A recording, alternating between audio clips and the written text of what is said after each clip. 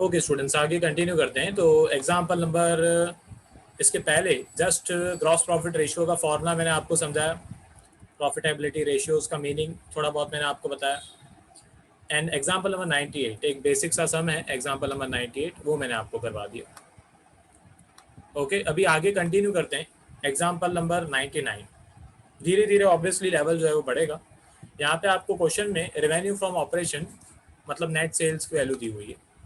ठीक है, ये आपके एग्जाम्पल्स जो हैं वो गरेवाल के ही हैं। क्वेश्चंस की जब मेरे को लगता है कि क्वेश्चंस छोटे हैं या जब मेरे को लगता है कि मैं फटाफट टाइप कर सकता हूँ तब मैं टाइप कर लेता हूँ, इमेज डालने में ज़्यादा टाइम लगता है। यहाँ पे क्वेश्चन गरेवाल का ही है, सेम मैंने कॉपी करके यहाँ पे सिर्फ टाइप कर दिया है। आगे बढ़ते हैं। तो रेवेन्यू फ्रॉम ऑपरेशन मतलब नेट सेल्स की वैल्यू आपको क्वेश्चन में दी हुई है 6 लाख। ग्रॉस प्रॉफिट की वैल्यू नहीं दी हुई है। ग्रॉस प्रॉफिट की एक लाइन लिखी हुई है, gross profit is 25% on cost. And सबसे पहले तो स्टार्ट करते हैं, ग्रॉस प्रॉफिट रेशियो फाइंड करने के लिए बोला हुआ है। तो ग्रॉस प्रॉफिट रेशियो के लिए सबसे पहले तो हमें चाहिए ग्रॉस प्रॉफिट, अपॉन में चाहिए revenue from operation and multiply by 100। Okay, ये फॉर्मूला का पार्ट ही है। आगे बढ़ते हैं।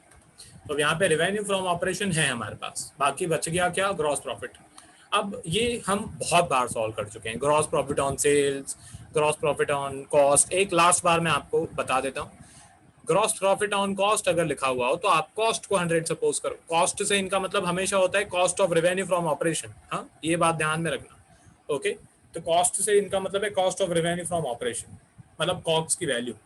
अगर क्वेश्चन में लिखा हो gross profit is 25% on cost, तो हम कॉस्ट को 100 सपोज करते हैं। एंड अगर क्वेश्चन में लिखा हुआ हो कि gross profit is 25% on sales, तो हम सेल्स को 100% सपोज करते हैं। ठीक है, तो यहाँ पे कॉस्ट पे दिया हुआ है तो मैं लिखूंगा suppose the cost of revenue from operation is ₹100। ठीक है, cost of revenue from operation या आप बोलो कॉक्स की वैल्यू जो है उसको मैंने यहाँ पे सपोज कर लिया 100। तो कॉक्स की वैल्यू अगर 100 है तो बाकी हमारी ग्रॉस प्रॉफिट जो है, हमारी जो ग्रॉस प्रॉफिट की वैल्यू है वो आ जाएगी 25 रुपीज़, क्योंकि कॉस्ट अगर 100 है तो ग्रॉस प्रॉफिट है 25%। ठीक है, तो therefore gross profit will be, यहाँ पे मैं लिख देता हूँ therefore gross profit will be equals to 25 rupees. तो अगर ग्रॉस प्रॉफिट है 25 रुपीज़ तो हमारी रेवेन्यू फ्रॉम ऑपरेशन मतलब सेल्स की जो वैल्यू है वो कितनी हो जाएगी, तो वो हो जाएगी 125 रुपये। Revenue from operations will be equals to ₹125। 100 रुपये की चीज़ है, 25 रुपये प्रॉफिट कमाना है तो 125 में तो बेचनी पड़ेगी। बस इसके बाद आप क्रॉस मल्टीप्लाई करके ग्रॉस प्रॉफिट निकाल सकते हो। मैं दोनों तरीके बताऊंगा क्योंकि बहुत बार मैंने ऐसे सुना है कि इस तरीके से क्रॉस मल्टीप्लाई करने पे टीचर्स सम्स को रॉन्ग कर देते हैं। तो मेरे हिसाब से रॉन्ग नहीं करना चाहिए, मेरे हिसाब से मार्क्स मिलने चाहिए, क्योंकि क्रॉस मल्टीप्लाई करने आंसर आ रहा है तो उसमें क्या तकलीफ है। तो बहुत सारी टीचर्स की जिद होती है कि भाई फॉर्मूला है तो फॉर्मूला लगा के फाइंड करो। मैं वो भी बता दूंगा, पर सबसे पहले जो मुझे लगता है जिससे कि इजीली ये सम सॉल्व हो सकता है मैं वो बता देता हूँ क्रॉस मल्टीप्लाई करके। अब टीचर्स जो है वो जानबूझ के कभी कभी टिपिकल बनाती हैं, तो कोई मतलब नहीं है उस चीज़ का, सिर्फ खुद की ज़बरदस्ती होती है कि भाई फॉर्मूला अप्लाई करनी है ग्रॉस प्रॉफिट की। तो मैं वो भी बता दूंगा, एंड जो मुझे लगता है जिससे कि इजीली सॉल्व हो जाएगा मैं वो भी बता दूंगा। फिर आपकी मर्जी, आपके स्कूल में पूछना, टीचर से बात करना। हाँ, आगे बढ़ते हैं। तो यहाँ पे सेल्स की वैल्यू दी हुई है 6 लाख, तो अगर 125 सेल्स की वैल्यू है, 125 इज इक्वल्स टू 6 लाख, तो हमें चाहिए ग्रॉस प्रॉफिट। तो मतलब 25 इक्वल्स टू कितना होगा, 125 अगर 6 लाख है तो 25 मतलब कितना, तो ये क्रॉस मल्टीप्लाई करके आराम से हमारी ग्रॉस प्रॉफिट की वैल्यू आ जाएगी। ठीक है, तो यहाँ पे लिख देता हूँ ग्रॉस प्रॉफिट इक्वल्स टू 25 जो है वो ऊपर जाके मल्टीप्लाई हो जाएगा 6 लाख के साथ, एंड 125 जो है वो नीचे आके डिवाइड हो जाएगा। ठीक है, बस ये आपका डायरेक्टली ग्रॉस प्रॉफिट आ गया। यहाँ पे 25 मल्टीप्लाई बाय 6 लाख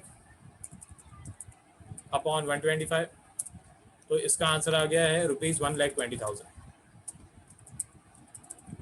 ठीक है, अब ये ग्रॉस प्रॉफिट को फाइंड करने का एक तरीका है, एंड मेरे हिसाब से ईजी तरीका है। अब बहुत सारे, जैसे मैंने आपको पहले भी बताया, टीचर्स एंड जो एक तरीके से स्कूल्स होते हैं वहाँ पे बोलते हैं कि फॉर्मूला लगा के फाइंड करो। ठीक है, तो फॉर्मूला जो है ग्रॉस प्रॉफिट की क्या होती है, ग्रॉस प्रॉफिट की फॉर्मूला होती है gross profit equals to revenue from operation minus cost of good sold. अब मैं पूरा नहीं लिख रहा हूँ, मैं सिर्फ कॉस्ट लिख रहा हूँ। मतलब सेल्स में से कॉस्ट माइनस कर देंगे, सिंपल बचपन वाली फॉर्मूला ही है बेटा, सिर्फ ऐसे लिखी हुई है ताकि आप डर जाओ। यहाँ पे कंपनी वाले जो शब्द हैं वो यूज़ किए हुए हैं। प्रॉफिट की सिंपल ही फॉर्मूला होती है selling price minus cost price, वही यहाँ पे लिखा हुआ है। रेवेन्यू फ्रॉम सेल्स मतलब sales, okay, selling price and cogs, cogs मतलब कॉस्ट प्राइस। तो अब यहाँ पे सबसे पहले अगर आपको फॉर्मूला वाले तरीके से फाइंड करना है, वैसे आ गया आंसर, ये रहा 1,20,000। इस फॉर्मूला से, इस मेथड से भी यही आएगा, पर इसमें थोड़ा सा लेंथी हो जाएगा। यहाँ पे आपको क्या करना पड़ेगा, यहाँ पे आपको सबसे पहले जो कॉक्स की वैल्यू है वो फाइंड करनी पड़ेगी, मतलब जो 100 रुपीज़ वाली वैल्यू है वो फाइंड करनी पड़ेगी। तो यहाँ पे आप लिखोगे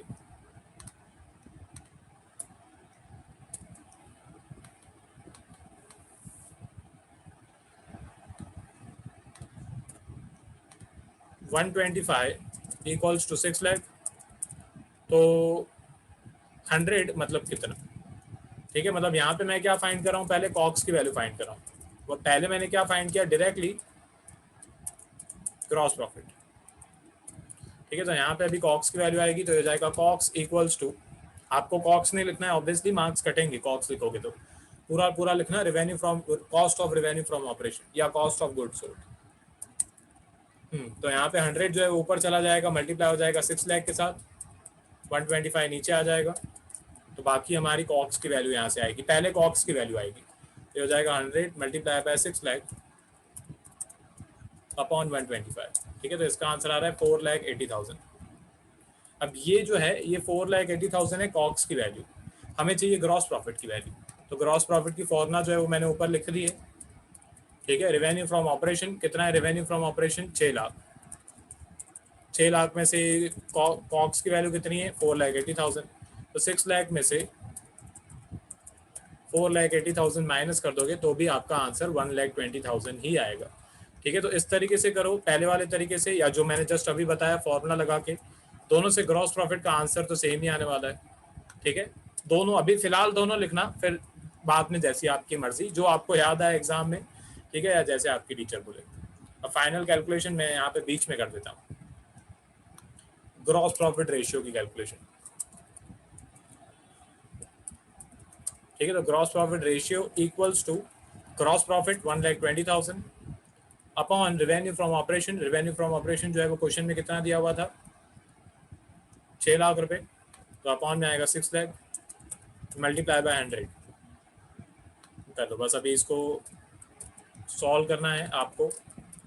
ठीक है, आपको कटाम कटी करके सॉल्व करना पड़ेगा बेटा, कैलसी अलाउड नहीं है, ध्यान देना। बहुत बार ऐसे होता है कि खुशी हो जाती है, ऐसे ही सम आ जाता है जिसमें आपको फॉर्मूला पता होती है, जैसे खुशी खुशी में फिर प्लस माइनस में गलती हो जाती है। ठीक है, एंड ऑब्वियसली अभी आपको कोई प्लस माइनस तो सिखाएगा नहीं 12th में, तो ध्यान दो कैलकुलेशन में आपकी मिस्टेक नहीं, उसका ध्यान दो। मेरे को गलत लगता है, मेरे हिसाब से कैलसी अलाउड होना चाहिए, क्योंकि अकाउंट्स में आपका टेस्ट होना चाहिए, आपकी एग्जाम होनी चाहिए कि आपको अकाउंटिंग के कितने कॉन्सेप्ट्स आते हैं कि नहीं, आपको अकाउंट्स आती है कि नहीं। एंड ये लोग आपका अकाउंट्स का तो टेस्ट लेते ही हैं, फिर आपको बोलते हैं कि कैलकुलेशन भी करो, तो सिर्फ ऐसे टफ बनाने के लिए कि नहीं भाई सीबीएसई हार्ड है, ये लोग कैलसी आपको अलाउड नहीं करते हैं, जो मेरे को तो बिल्कुल समझ में नहीं आता है। ठीक है, गुजरात बोर्ड में कैलसी अलाउड होता है एंड कैलकुलेशन की टेस्ट होती है, बड़े बड़े नंबर्स, ऑब्वियसली वो नंबर्स भी फिर बड़े बड़े देते हैं, सम्स भी बड़े बड़े देते हैं, पर उनकी टेस्ट अकाउंटिंग की होती है। तो ये बात मेरे को सही लगती है कि हाँ भाई अकाउंट्स का एग्जाम है तो अकाउंट्स के बारे में पूछो, कैलकुलेशन नहीं पूछो। कैलकुलेशन हम कैलसी पे कर सकते हैं, तो वो थोड़ा टिपिकल लेवल जो है वो कम हो जाता है, एंड अकाउंट्स की टेस्ट होती है, फिर पता चलता है कि अकाउंट्स किसको आती है। इसमें तो प्लस माइनस करने बैठ जाता है बंदा, उसमें आधा टाइम वेस्ट हो जाता है। ठीक है, तो कैलसी अलाउड नहीं है, प्लस माइनस मैन्युअली करना पड़ेगा आपको। आगे बढ़ते हैं, तो 1,20,000 मल्टीप्लाई बाय 100 अपॉन 6 लाख। तो इसका आंसर आ रहा है 20। सिर्फ 20 नहीं 20 लिखने से नहीं चलेगा, पूरा पूरा ऐसे 20% लिखना पड़ेगा। ये आपका आंसर है। ठीक है, मैं एक बार स्क्रॉल कर देता हूँ। ये है एग्जाम्पल नंबर 91, 99। जो क्वेश्चन छोटे होते हैं वो ज़्यादा लेंथी होते हैं, क्योंकि इसमें वैल्यू नहीं देते हैं, इन्फॉर्मेशन नहीं देते हैं। क्वेश्चन नहीं लिखना, ये आपका आंसर है। फिलहाल दोनों मेथड्स लिखना ग्रॉस प्रॉफिट निकालने के, फिर भले बाद में जैसी आपकी मर्जी।